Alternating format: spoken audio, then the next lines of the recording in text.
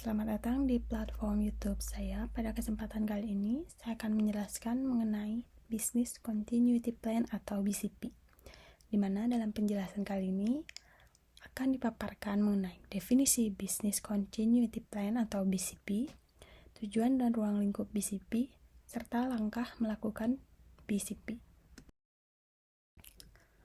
BCP merupakan singkatan dari Business Continuity Plan, yaitu sebuah strategi atau proses penyusunan sistem preventif dan kuratif dalam rangka mengurangi atau mencegah dampak terjadinya krisis terhadap aktivitas bisnis normal. Rencana strategis BCP menekankan pada fungsi sumber daya manusia atau sumber daya aset agar tetap berjalan di tengah-tengah krisis. Adapun krisis yang dimaksud adalah bencana alam, bencana kemanusiaan seperti peperangan, krisis moneter, krisis politik, krisis keamanan cyber, dan krisis kesehatan seperti pandemi global. Pada dasarnya, kegiatan BCP adalah mengidentifikasikan masalah dan membuat kebijakan cepat dalam menghadapi masalah tersebut.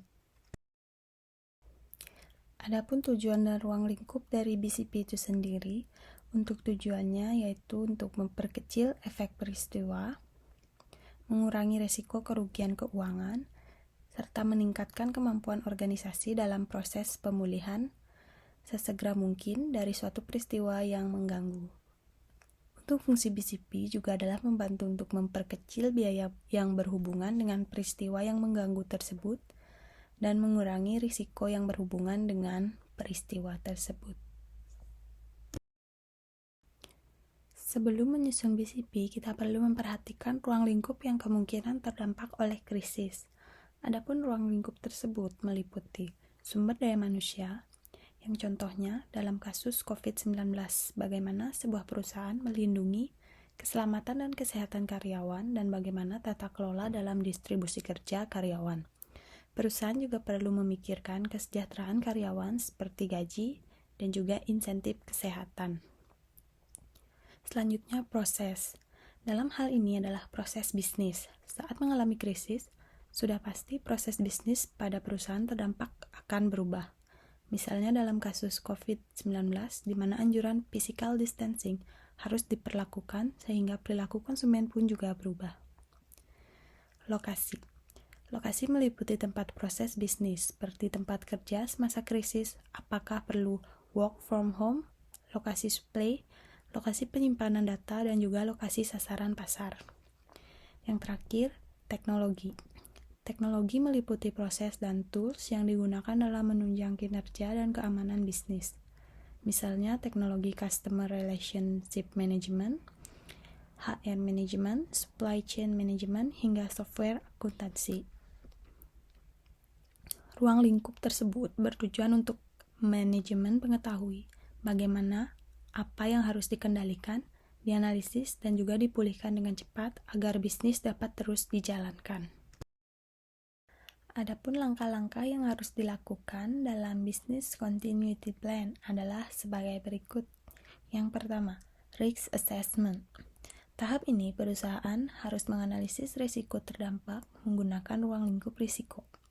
Perusahaan juga perlu mengamati lingkungan eksternal yang dapat mempengaruhi kinerja bisnis. Selain itu, asesmen risiko pada tubuh organisasi perusahaan juga perlu dilakukan. Yang kedua, Business Impact Analysis.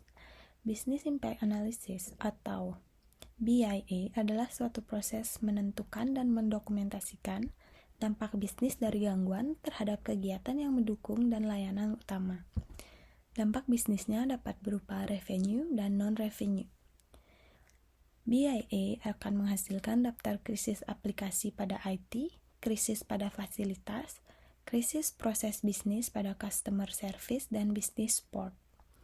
Metode dalam membangun business impact analysis adalah membuat daftar seluruh sistem atau fasilitas atau aktivitas, lalu menentukan tingkat dampak, high, low, medium, dan jangka dampak, long and short. Dan terakhir, menentukan sistem aplikasi atau aktivitas kritis. Yang ketiga, perencanaan. Rencana meliputi rencana alternatif yang dapat diimplementasikan saat krisis, Rencana juga meliputi proses kebijakan yang dibentuk oleh perusahaan dan juga mengacu dengan kebijakan pemerintah. Perencanaan harus dilakukan secara komprehensif dan mencakup semua bisnis mulai dari proses hingga keuangan.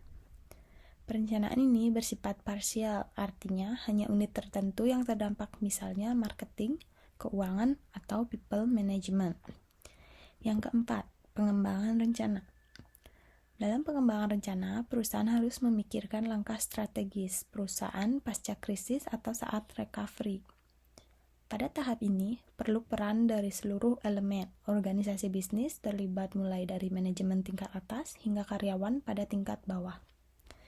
Yang kelima, testing and audit. Setelah BCP disusun, BCP juga harus diuji coba dengan mengimplementasikan langsung pada situasi krisis. Setelah diimplementasi, perusahaan juga perlu melakukan audit.